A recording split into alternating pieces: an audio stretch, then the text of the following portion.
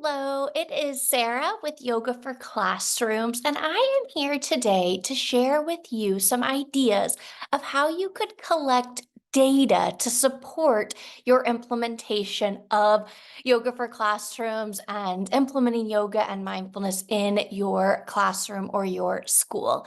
This is a question we get quite a bit. How can I show that this work is important? Maybe you have a gut feeling that it's working with your students because you can see the impact and the lesson behaviors and just the overall ease and their ability to manage their emotions better and all of that. But you want some way to quantify it so that you can advocate for more of your classrooms and more of your school to be implementing yoga for classrooms. Well, if that's you, I'm going to share some really easy ideas of ways to start collecting data to show just that, show that you are doing this work and that it matters. So I'm going to share my screen and show you some ideas real quick.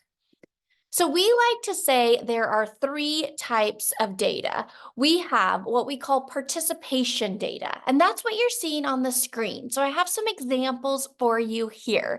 Participation data is just data that shows how many students were impacted by the intervention. So you can see here that first chart says the number of students who received Yoga for Classrooms instruction. So if you're a teacher, you're just going to list how many students you have. And while that may not seem that powerful, it is because it's showing how many students are benefiting from this support. If you are a social worker or a school counselor or a school psychologist or an OT or a PT and you work with multiple grade levels, then what you're going to do is you're going to make sure your participation data indicates all the different grade levels. So that's the example you see here. First grade, 72 students received the Yoga for Classrooms instruction. This many in second grade, third grade, so on and so forth, with that total number being 371. Again, you can see how an administrator or a principal or a decision maker might be like, wow, that's a lot of students receiving that support. Another thing we can do with participation data is tell them how many lessons we've taught. So if you are teaching mindfulness once a week for 12 weeks, then you can see here those numbers add up. All of a sudden, if you teach that in 5 grade levels, we've taught 60 Yoga for Classrooms lessons. Again, that can be really powerful data. And this last piece of participation data I included here is the number of students who maybe utilize this tool to calm their bodies, to be able to regulate their emotions and carry on with their school day. So if you're a classroom teacher, if you have a calm down corner or something like that, if you can somehow track, I just use tally marks usually, but if you can somehow track the number of students that are utilizing that area, or like I said, if you're a social worker or counselor, and often you have students coming to you who need that moment to calm down, again, tracking that and being able to show, wow, this many students utilized this tool that they were taught to take this mindful moment, to use this breathing technique. And wow, look, all of a sudden, 129 students were able to benefit from that. This is also good data because you can see here in my example, this might show me which grades need some additional support. So if I'm a social worker at this school or a school psychologist or an OT or a counselor or a principal or anyone working to implement this school-wide, I might think, ooh, my fifth graders are really utilizing this a lot. Maybe I need to work with them more about ways to prevent becoming dysregulated or something like that. Or maybe I need to work with third grade because they're not using this tool as much. Maybe they need more instruction on how to utilize the mindful moment to calm their body and regulate their emotions. So again, really valuable data. Again, this is just participation data, pretty easy to collect, but a great place to start to really show how many students are being impacted by this support. Now, this next type of data, this is perception data. This is what we use to gather how the students perceive the intervention or the support. So you can see here, this is usually given in pre and post test format. So what that means is ideally you give your students a quick 3 to 5 question pre-test prior to implementing it. So if you've never implemented yoga for classrooms, but you're thinking about it, before you ever get started, you could give them a pre-test, kind of see where they are.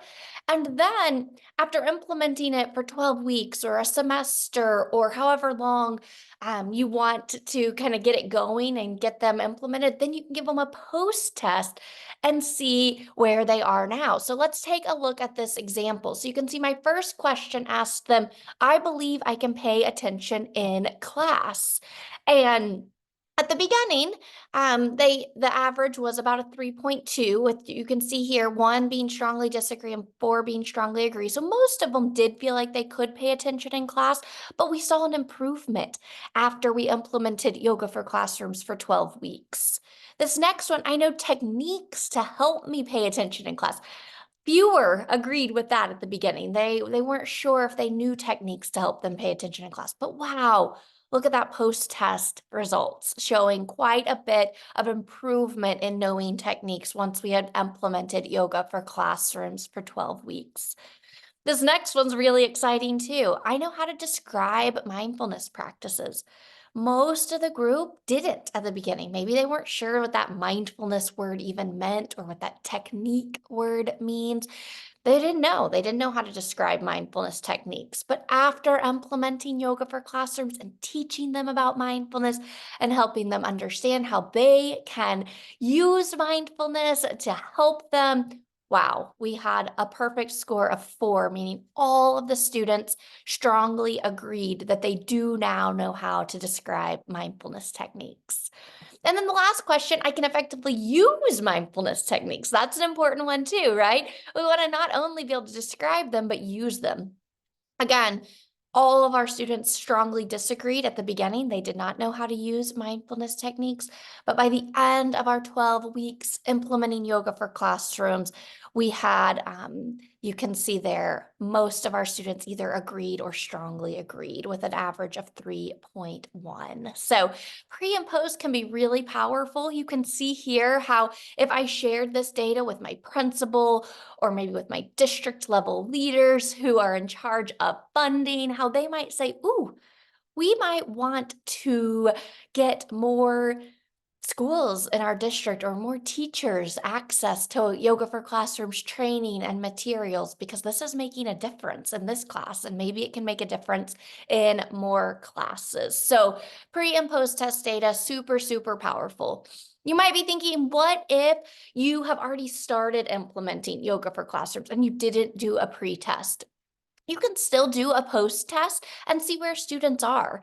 If you think of this graph and just take away the blue columns, the blue bar graphs, then just had the red, that's still powerful too, right? You could say, following implementing yoga for classrooms, here's where my students are. And that's still really powerful. So it's not too late. You can still get some good data from that, even if you didn't do the pre. And then maybe next school year, you start off with your class implementing that pre-test so that you can do the comparison, because obviously it's extra powerful when we can show that comparison. So like I said, that was the perception data. So we talked about participation data and perception data. And the last type we're going to talk about is outcome data.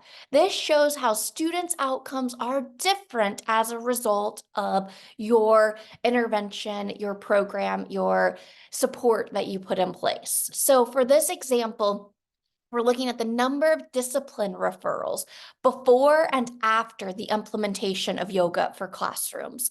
So in this example, we had first semester, we hadn't done any yoga for classrooms yet. And then starting in January, second semester, we started implementing it.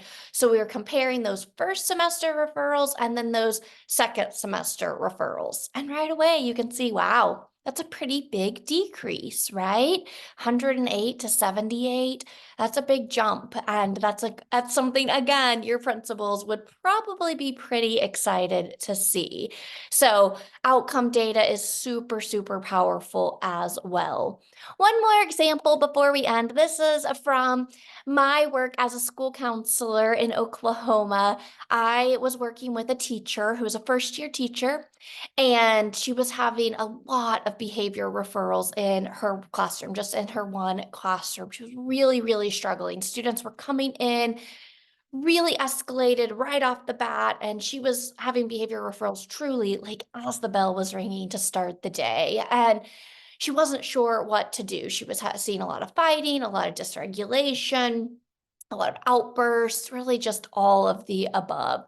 So I started working with her, and we started this idea of just starting every day with one of our Yoga for Classrooms cards. So it only took about 5 minutes, 5 to 7 minutes, I would say, going through either a breathing technique or a seated posture or a standing activity or a mindful moment, just any of them. We would just grab one and we just started the day every day like that.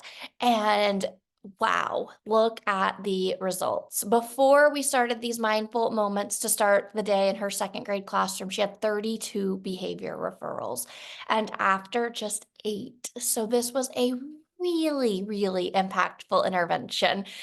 In fact, this is what really started my true belief in this work because this was such a big difference. And the only thing that changed was that we started the day with the mindful moment. For this teacher, I started doing it. I was the one who did the intervention, the mindful moment for the first week. So for 5 days, I went in and read the Yoga for Classrooms activity card. But then after that 1 week, I just gave her the card deck and she did it herself. And again, look at the results. It was really, really cool. So that's more really powerful outcome data. So I hope this is helpful, some ideas of how you might be able to show just how impactful this work is. It not only validates and adds meaning to the work you're doing, but it can be such a strong advocacy tool. We don't want to sit on our islands doing this important work. We want to spread it to more educators across our schools, across our districts, and hopefully across the world. So let us know if you've collected any data.